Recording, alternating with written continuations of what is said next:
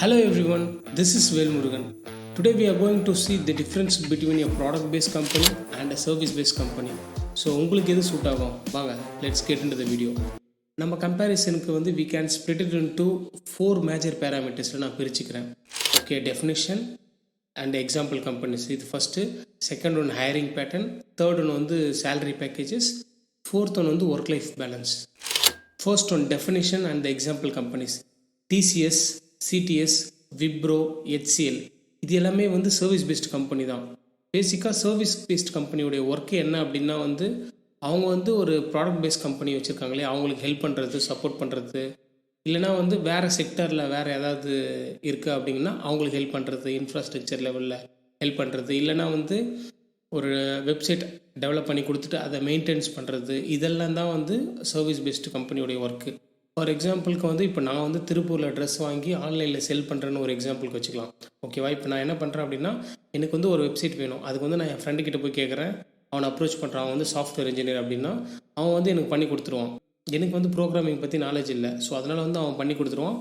நான் என்ன சொல்கிறேன் அப்படின்னா மெயின்டெனன்ஸும் அவனே பண்ண சொல்கிறேன். ஓகே, சைட்டு க்ரியேட் பண்ணி கொடு, சைட்டை நீயே மெயின்டைன் பண்ணிக்கோ அப்படின்னு சொல்கிறேன். நான் வந்து அவனுக்கு ஒரு சில இவ்வளோன்னு சொல்லிட்டு காசு நாங்கள் பேசிக்கிறோம். ஓகேவா? இதே போல் ஒரு 100 டிஃப்ரெண்ட் அப்ளிகேஷன் வந்து ரெக்வஸ்ட் வரும்போது அந்த ரெக்வஸ்ட் எப்படி ஹேண்டில் பண்ண முடியும்? அவன் தனி வருவனா? அவன் என்ன பண்ணுறான் அப்படின்னா வந்து ஒரு டீம் வந்து ஃபார்ம் பண்ணுறான். ஒரு கம்பெனி ரிஜிஸ்டர் பண்ணி அந்த டீமை ஃபார்ம் பண்ணுறான். அந்த டீமை ஃபார்ம் பண்ணி ஃப்ரெஷரோ எக்ஸ்பீரியன்ஸோ ஹையர் பண்ணி அதை வந்து ஒரு சர்வீஸ் பேஸ்ட் கம்பெனியாக மாற்றுறான். ஓகேவா? அதுதான் வந்து சர்வீஸ் பேஸ்ட் கம்பெனி. மற்றவங்களுக்கு நம்ம ஹெல்ப் பண்ணோம் அப்படின்னா அவங்க ஒர்க்கை வந்து நம்ம எடுத்துகிட்டு நம்ம காசு வாங்கிட்டு பண்ணோம் அப்படின்னா அது சர்வீஸ் பேஸ்ட் கம்பெனி. ஸோ இதில் என்ன அப்படின்னா வந்து நம்ம வந்து ப்ராஜெக்ட் அவங்க கொடுக்கும்போது தான் பண்ணுற மாதிரி இருக்கும். இப்போ வந்து நான் வந்து ப்ராஜெக்ட் ஓனர்னு வச்சுக்கலாம். நான் ப்ராஜெக்ட் கொடுக்கல, எனக்கு வந்து உங்கள் கம்பெனியோட வேறு கம்பெனி பெட்டராக பண்ணுதுன்னா நான் அந்த கம்பெனிக்கு போயிடுவேன். ஓகேவா? அப்போ வந்து என்னென்னா உங்கள் கம்பெனிக்கு ரெவென்யூ வருது இல்லையா, அந்த ரெவென்யூ வந்து அஃபெக்ட் ஆகும். ஸோ இது வந்து வேறு கம்பெனிக்கு போயிடும். ரைட்? ஸோ இதுதான் வந்து service based company. Okay, on other hand Zoho, Amazon, Google, Shopify இது எல்லாமே வந்து ப்ராடக்ட் பேஸ்ட் கம்பெனி. அவங்க என்ன பண்ணுவாங்கன்னா அவங்க ப்ராடக்டை ஓனாக டெவலப் பண்ணி அப்புறமா வந்து செல் பண்ணுவாங்க. இது வந்து B2B பிஸ்னஸ் டு பிஸ்னஸ் செல் பண்ணுவாங்க, இல்லைனா B2C பிஸ்னஸ் டு கன்சியூமர் செல் பண்ணுவாங்க. இப்போ முன்னாடி பார்த்த எக்ஸாம்பிள் சேமாக பார்த்துக்கலாமே. இப்போ அதே இப்போது ப்ராடக்ட் பேஸ்ட் கம்பெனின்னு வச்சுப்போம். இப்போ ஷாப்பிஃபைன்னு ஒரு கம்பெனி இருக்குது. இந்த கம்பெனி என்ன பண்ணுறாங்க அப்படின்னா வந்து ஒரு இ-காமர்ஸ் வெப்சைட் இருக்குது இல்லையா, அதை வந்து அவங்க ஒரு ப்ராடக்டாக பண்ணி வச்சுருக்காங்க. இப்போ நான் வந்து ப்ரோக்ராமிங்கே தெரியாமல் நான் போனேன் அப்படின்னா ஈஸியாக வந்து அதில் என்னால் ஹேண்டில் பண்ண முடியும், டேஷ்போர்டில் மேனேஜ் என்னால் பண்ண முடியும். ஒரு வெப்சைட் அப்ளிகேஷன் வந்து ஒரு இ-காமர்ஸ் அப்ளிகேஷன் மாதிரியே என்னால் ஒரு க்ளோன் மாதிரி பண்ண முடியும்னு வச்சுங்களேன். ஸோ இப்போ பாருங்கள், இதுதான் வந்து ப்ராடக்ட்டுன்னு சொல்கிறது. ஒரே ப்ராடக்ட்டு அதை வந்து நம்ம 100 இ-காமர்ஸ் பண்ணலாம், 1000 இ-காமர்ஸ் பண்ணலாம், லேக்ஸ் கணக்கில் பண்ணலாம். நம்ம வந்து அவங்களுக்கு மணி மட்டும் கொடுத்துட்டு நம்ம மணி கொடுத்துட்டு அந்த ப்ராடக்டை பர்ச்சேஸ் பண்ணுற மாதிரி இருக்கும். ஸோ இதுதான் வந்து ப்ராடக்ட் பேஸ்ட் கம்பெனிக்கும் சர்வீஸ் பேஸ்ட் கம்பெனிக்கும் உள்ள டிஃப்ரென்ஸ். சர்வீஸ் பேஸில் வந்து வெறும் சர்வீஸ் மட்டும் தான் பண்ணுவாங்க, அவங்ககிட்ட எந்த ப்ராடக்ட்டுமே இருக்காது. வேறஸ் ப்ராடக்ட் பேஸ்ட் கம்பெனியில் வந்து அவங்ககிட்ட ஒரு மெயினான ப்ராடக்ட் ஒன்று இருக்கும். அந்த ப்ராடக்டை வந்து அவங்க செல் பண்ணுவாங்க. அந்த செல் பண்ணுறது மூலியமாக தான் வந்து அவங்களுக்கு ரெவென்யூ வரும். Second one hiring pattern. So service based கம்பெனியில் வந்து ஆன் கேம்பஸில் ஹையர் பண்ணுவாங்க, ஆஃப் கேம்பஸில் ஹையர் பண்ணுவாங்க. சர்வீஸ் பேஸ்ட் கம்பெனிஸில் வந்து டயர் 1லேருந்து ஹையர் பண்ணுவாங்க, டயர் 2லேருந்து ஹையர் பண்ணுவாங்க. தென் அவங்க வந்து இயர்லி 2 டைம்ஸ் வந்து ஆஃப் கேம்பஸ் ட்ரைவ் மாதிரி பண்ணுவாங்க. இதில் வந்து யார் வேணால் வந்து அப்ளை பண்ணலாம் அப்படின்னு சொல்லிட்டு ஸ்கில் இருக்கவங்களாம் வந்து ஹையர் பண்ணுவாங்க. ஓகேவா? பேசிக்காக வந்து சர்வீஸ் பேஸ்ட் கம்பெனிலேருந்து மாஸ் ஹையரிங் நடக்கும். ஸோ பல்காக வந்து எடுப்பாங்க, 5000 பேர், 10000 பேர். சம்டைம்ஸ் ஒரு ஏர்லி எடுக்கணும் அப்படின்னா வந்து ஒரு 15000 பேர். ஸோ அந்த மாதிரி வந்து அவங்க ரேஞ்ச் எடுப்பாங்க, அவங்க நீடுக்கு தகுந்த மாதிரி. ஓகேவா? On other hand product based கம்பெனியில் வந்து நெட் பிக்கிங் ஸ்டூடெண்ட்டாக தான் ஹையர் பண்ணுவாங்க. டக்குன்னு சொல்லிட்டு மாஸ் ஹையரிங்லாம் பண்ண மாட்டாங்க. அந்த கம்பெனிக்கு வேணும் அப்படின்னா வந்து அந்த டீமுக்கு வேணும் அப்படின்னா வந்து ஸோ நிறைய ஸ்க்ரூட்டினைஸ் பண்ணி தான் வந்து மினிமம் ரோல் தான் அங்கே இருக்கும் ஓப்பனிங். ஓகே, 1 2 10 அந்த மாதிரி தான் வந்து அங்கே ஓப்பனிங் இருக்கும்.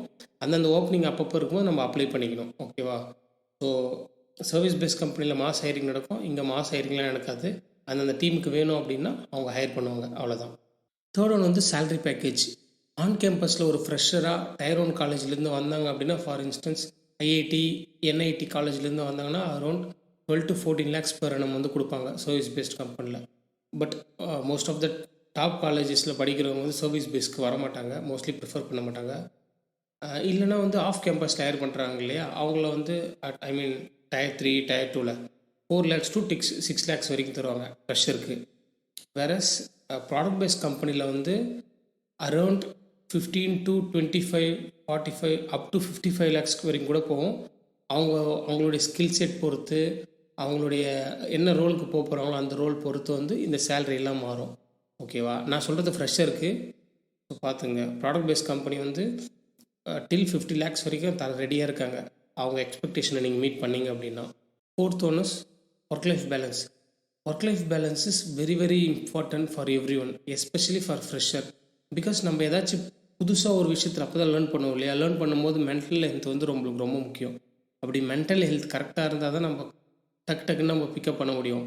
ஸோ இன்கேஸ் ஏதாவது ஒரு நம்மளுக்கு ஒரு போர் அடிக்கிற மாதிரி இருந்தது, நல்லா இல்லை, லைக் ரிப்பீட்டடாக பண்ண ஒர்க்கே பண்ண மாதிரி இருக்குது அப்படின்னா நம்மளுக்கு அந்த ஒரு மாதிரி அஃபெக்ட் ஆகும்.